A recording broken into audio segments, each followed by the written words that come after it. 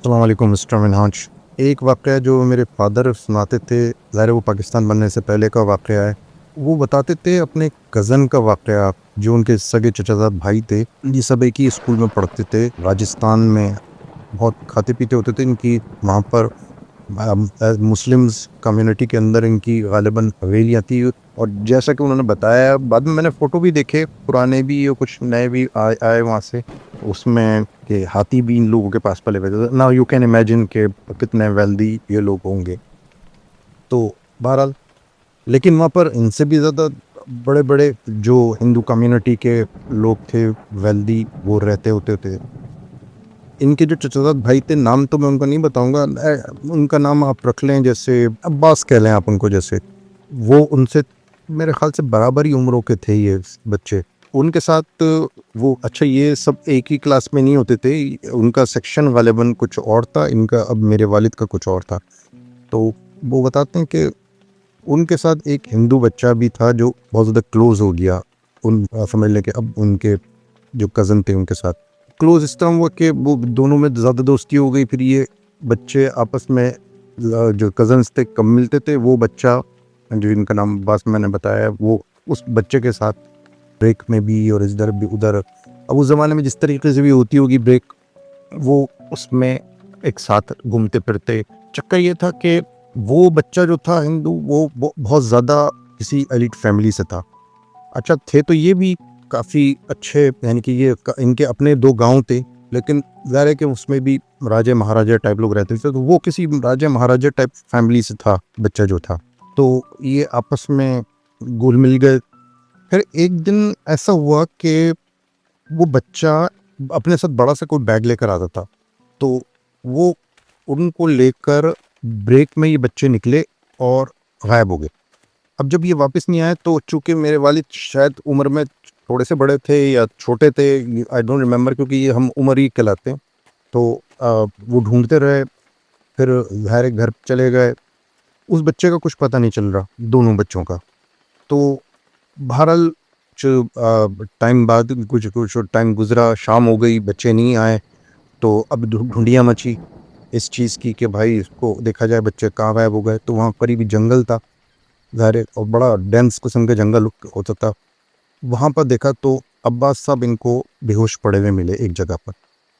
और वो बच्चा जो हिंदू था वो नहीं मिला।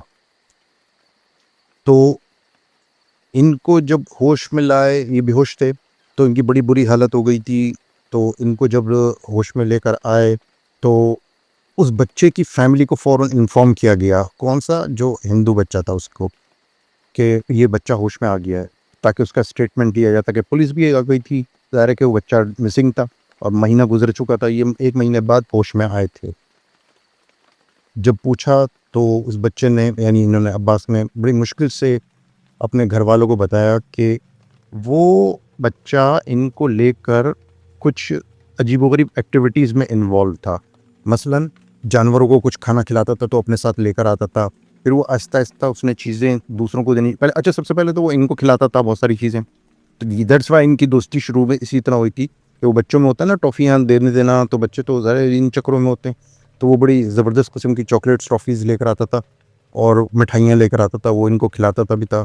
फिर आहिस्ता-आहिस्ता दोस्ती उसने इनसे बढ़ा ली।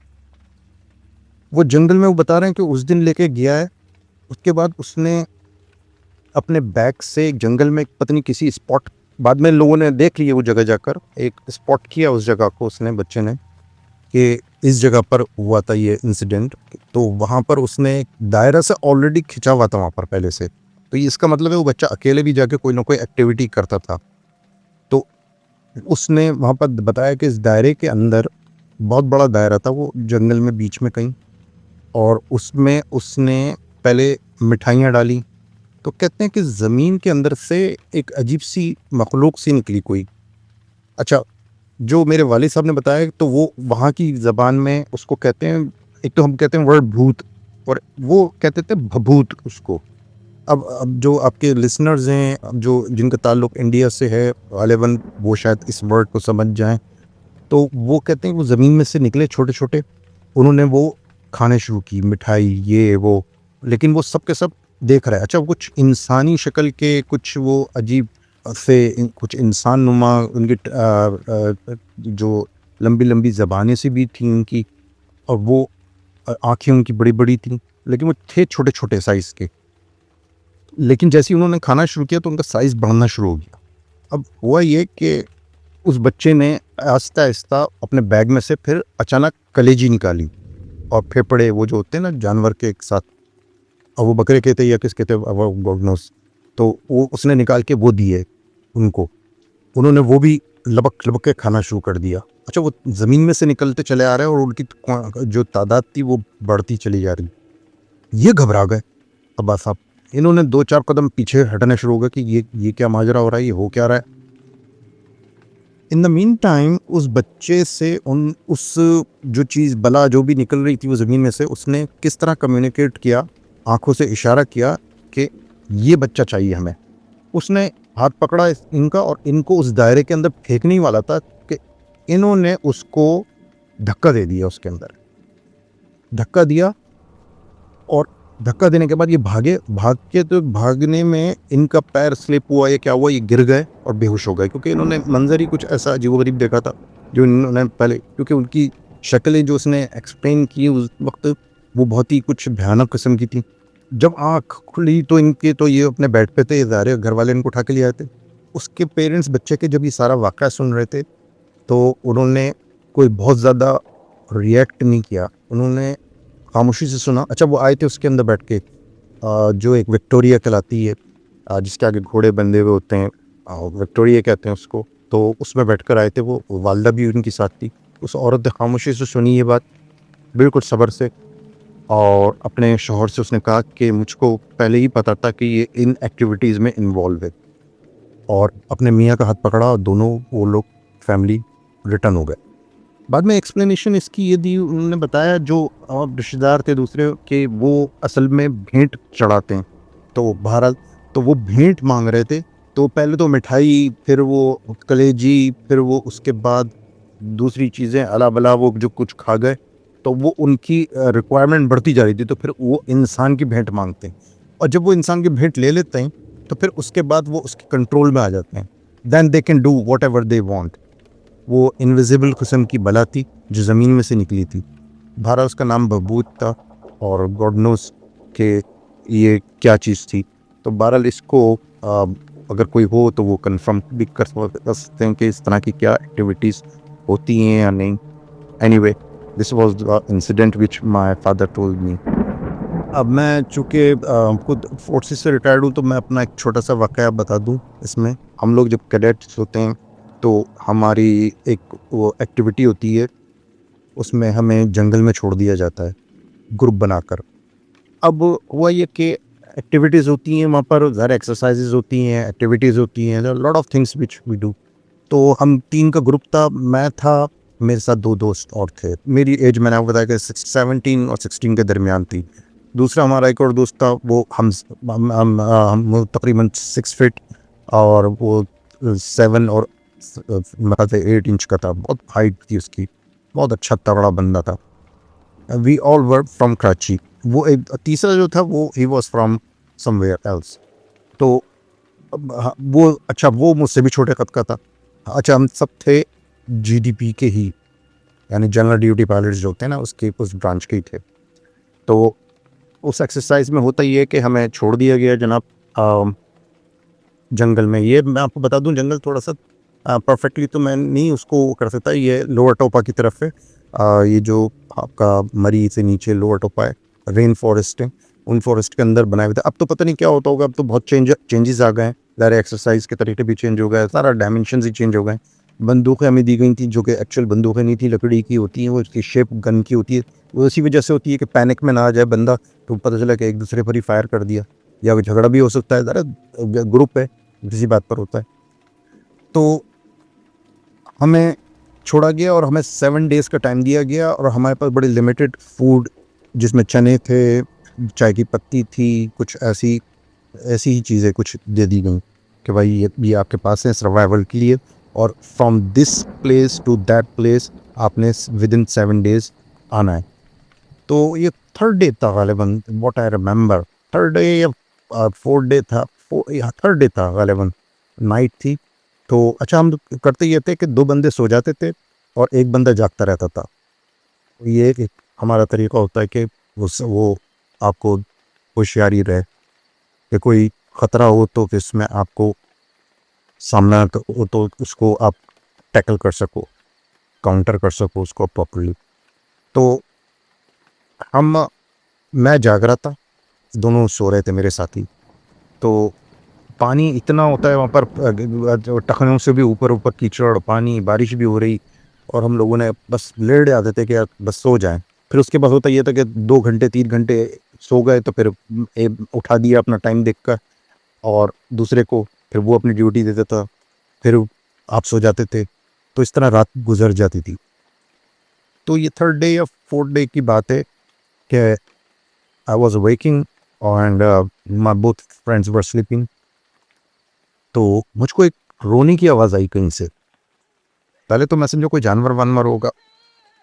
फिर उसके बाद काफ़ी ज़ोर से रोने की आवाज़ आई एक साइड से। मज़े की बात ये कि रोने की आवाज़ जो थी वो किसी खातून की थी। तो मेरे तो सारे एंटीने बाहर आ गए। मैंने जल्दी से जगाया अपने साथी को, दोनों को। मैंने कहा यार उठो, ये कोई रोने की आवाज़ आ रही है और किसी औरत की। छोड़ यार बकवास कर रहा है। मैंने कहा नहीं यार। अच्छा उनमें एक जो था वो ज़्यादा होशियार था, वो उठ के बैठ गया, एक सोता ही रहा। तो उसने कहा कि ओ यार क्या बकवास कर रहा है यार।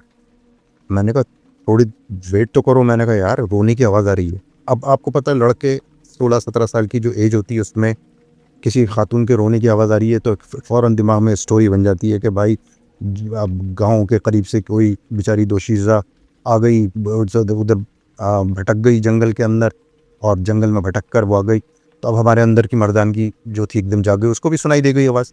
उसने कहा हाँ यार ये आवाज़ तो आ रही है, लड़की की है। तो उसको भी, तीसरे को भी जगाया तो वो भी उठ के बैठ गया, हड़बड़ाहट हो गई बिल्कुल। अब हम तीनों ने ही सुननी। तो अब हम तीनों होशियार हो गए कि यार अच्छा स्टोरी फ़ौरन कुक हो गई हमारी कि ये लड़की है और ये भटक गई है अपने गांव से, बकरियां चराती हुई आई होगी। हम हीरो और फौजी भी, और चलो जी हेल्प करते हैं। ना हमने गैस किया तो अंदाज़ा ये हुआ कि आवाज़ जो है वो एक डायरेक्शन से आ रही है। थोड़ी देर बाद हमने गैस किया नहीं यार ये इस डायरेक्शन से नहीं, ये सपोज़ नॉर्थ से आ रही थी। तो फिर उसके बाद उसने एकदम चेंज कर ली तो वो बिल्कुल अपोजिट वेस्ट पे चली गई, साउथ पे चली गई, कभी ईस्ट पे चली गई आवाज़। ये हमने कंपास से भी रीड आउट कर रहे थे उसको और अपने कानों को भी इधर के यूज़ कर रहे थे। मैं कहा, यार ये आवाज़ जो है ये सर्कुलेट कर रही है। अच्छा फिर हम उसके जस्टिफाई भी एक दूसरे से डिस्कस करके कर रहे हैं कि यार ये जंगल है, आवाज़ एको होती है। तो बहुत जल्दी इस चीज़ की रियलाइजेशन हो गई कि यार ये हमें कोई बना रहा है। फिर उसमें हमने एक दूसरे से ये भी डिस्कस किया कि यार ये बना नहीं रहा, ये अनमुमकिन है किसी ने स्पीकर विस्पीकर लगा दिया, हमारे लोगों को बना रहे होते हैं, ये बेवकूफ़ न बना रहे हो डराने के लिए हमें, इस तरह ना कर रहा हो। लेकिन आवाज़ जो थी वो कभी तेज़ हो जाती, कभी दूर हो जाती, कभी तेज़ होती, कभी दूर हो जाती और अपनी डायरेक्शंस भी चेंज कर रही। लेकिन एक मौके पर बहरहाल मैं मुख्तसरन बताऊँ, एक्यूरेट प्लेस कि यार ये इधर से आ रही है। तो हम उधर गए तो वो एक दरख्त था, वहाँ कोई बैठा हुआ, शॉल ओढ़े हुए। अब वो तो अंधेरे में क्या नज़र आता है, काला सा कोई कपड़ा डला हुआ था उसके ऊपर और वो बैठा हुआ कोई भूं भूं करके रो रहा ऊंची आवाज़ में। सबसे पहले मैं गया करीब, मैंने कहा बीबी क्या हुआ, क्यों रो रहे हो आप? उसने कोई जवाब नहीं दिया बल्कि और ऊंची आवाज़ में रोना शुरू कर दिया। फिर मैंने पूछा उससे कि बीबी कोई मसला है तो बताओ, क्या है, आप बिछड़ गए हो, कहाँ हो? हम फौजी हैं, हम बताओ। तो बहरहाल वो, अब मैं झुंझलाहट होने लगी कि यार ये अगला बोल ही नहीं रहा और बूं बूं करके रोए चला जा रहा है।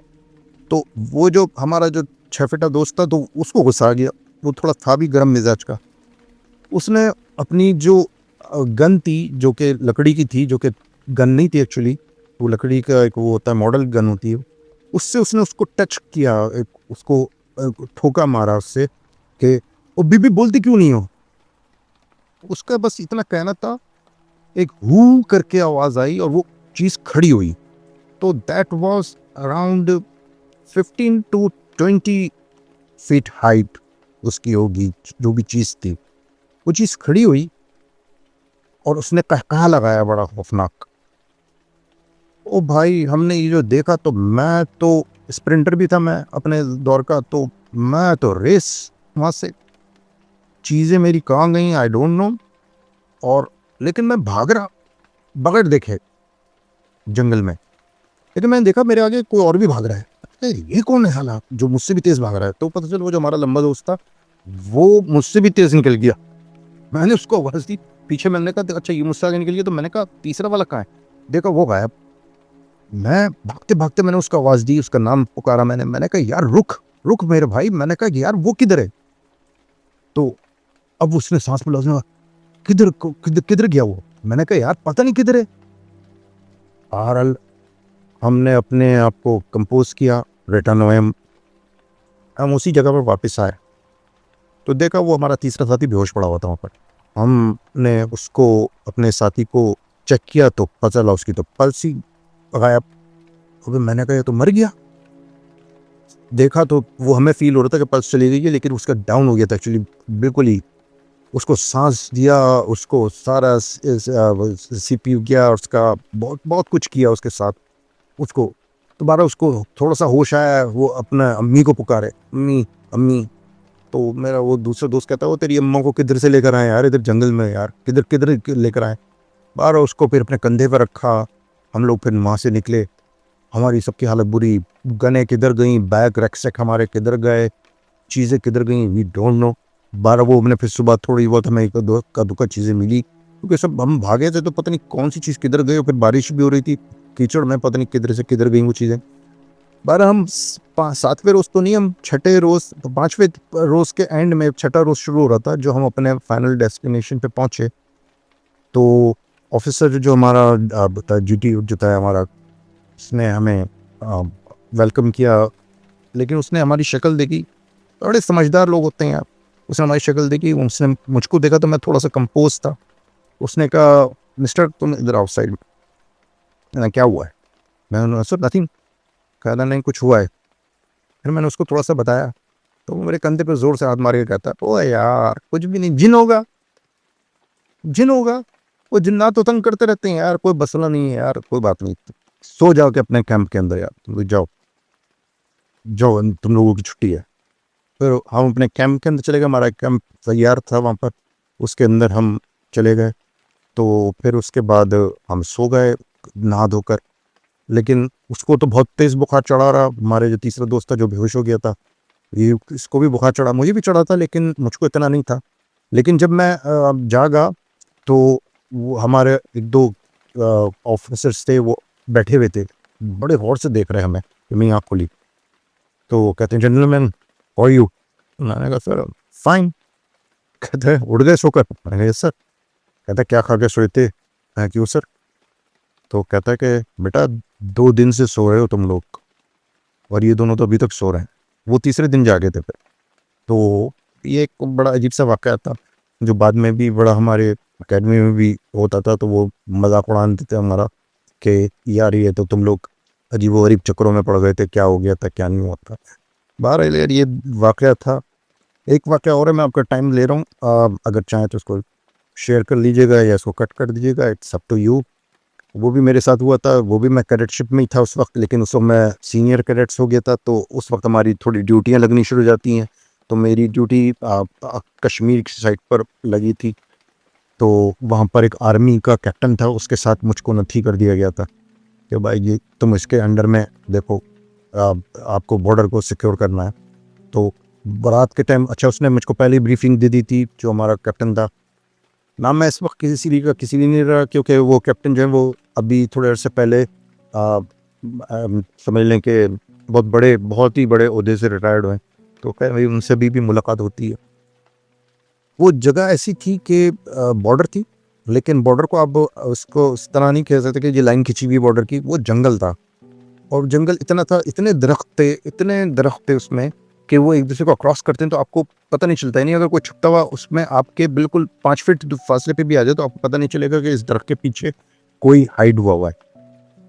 तो वहाँ पर तरीकाकार ये होता है अपनी सिक्योरिटी का कि आप 1-2 डिस्टेंस से, ऊपर नीचे के डिस्टेंस से हॉरिजेंटली रस्सियाँ बांध देते हैं। जहाँ तक आपने मर्जी है, आप जहाँ पर बैठे हुए वहाँ पर आप रस्सी बांध लें, और उन रस्सियों के दरमियान में जो खाली कैन होते हैं कोका कोला के या पेप्सी के या आपके किसी भी ड्रिंक के या बोतल हो, वो तो होता ही है कि वहाँ पर जानवर भी हैं, भेड़िए शड़िए भी होते हैं।